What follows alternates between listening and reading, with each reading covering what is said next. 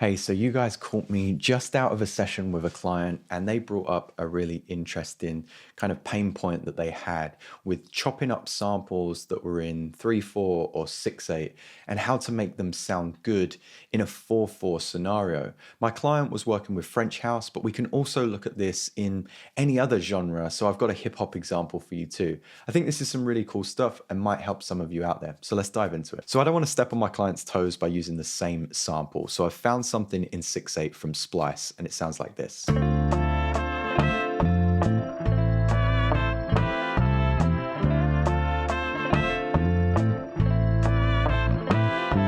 Cool sample. There's some quiet drums in the mix that aren't going to be a problem once we stack our own drums over the top.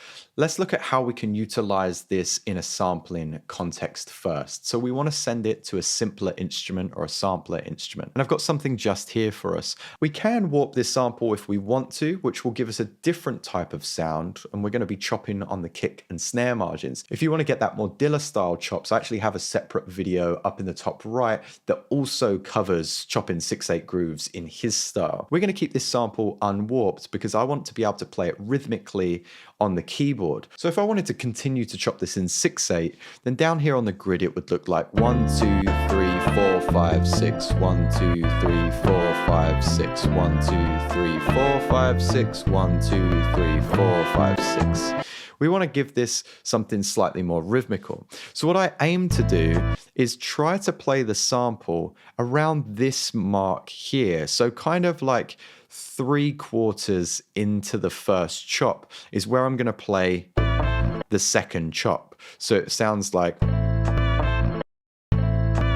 See how it just gets to this marker, this little magnifying glass here, and I immediately send it over to the next chop.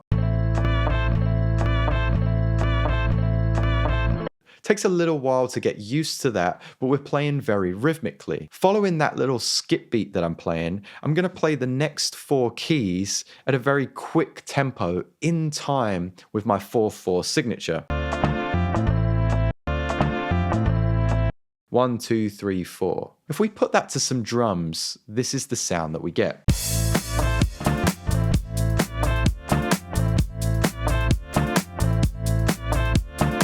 Any kind of dance music context, it's great to have that rhythmical first part. So we can literally follow anything after that.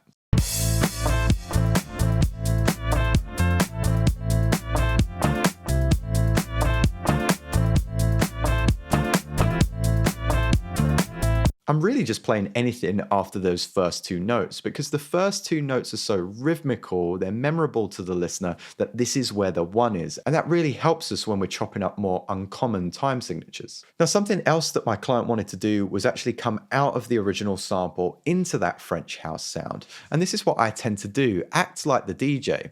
We want to give the listener as much of that initial sample first before holding a long note and then repeating that long note whilst mixing in maybe some EQ8 and some phase or flange. So you're playing kind of the effects knobs like the DJ would on the dance floor. You get an effect like this. Okay,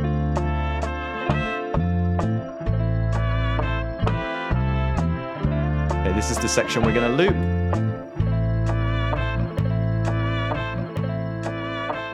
We mix that with a riser.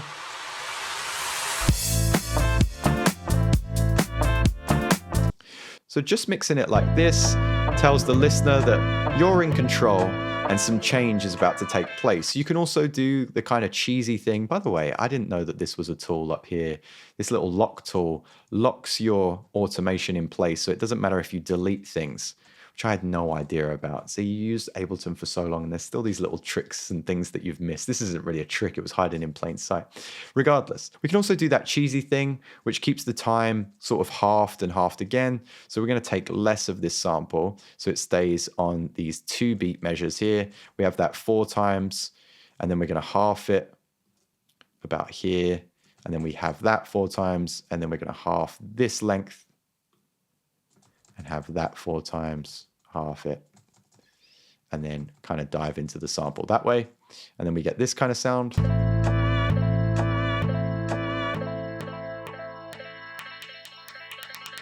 And then drop into our drums. That really helps with a riser and some crashes.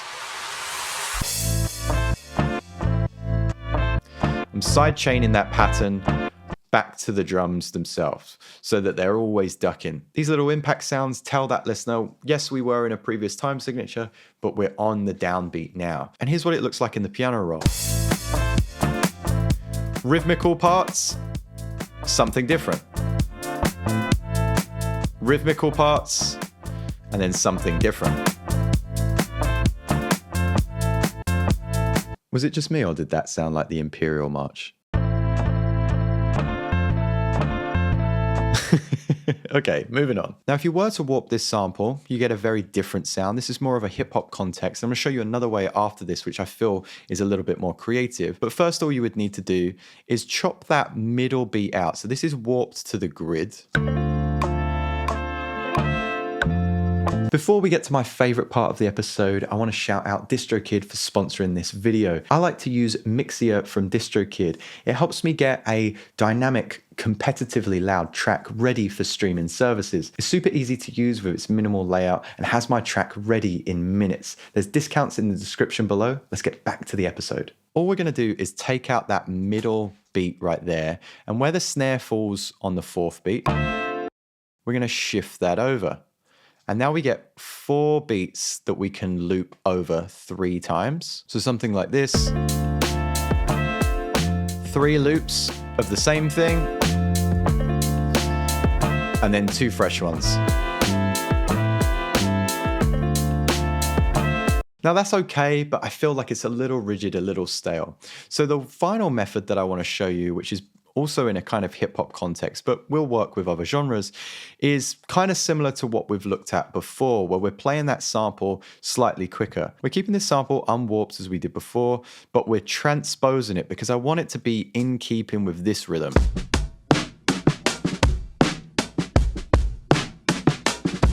So I find a transposition where I'm not necessarily going to have to play those notes quite as quickly. But similar to how we just chopped it up when it was warped, I'm going to skip this middle chop right here, this middle slice and simpler.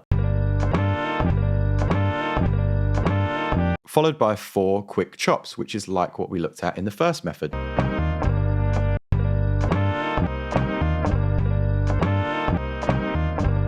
So over here we'll get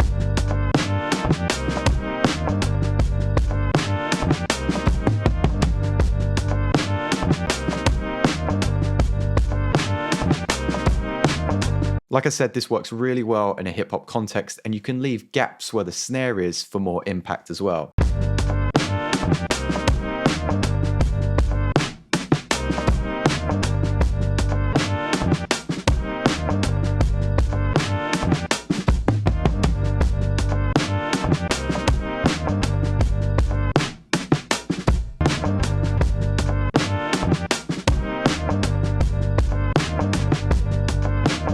So there we have it, guys. Just a few tips on how you can chop up uncommon time signatures and make cool rhythmic patterns. Don't forget that you can always throw a sample onto a new MIDI track and add something like an arpeggiator and a randomizer to find new uncommon chops that you wouldn't have initially thought of as well.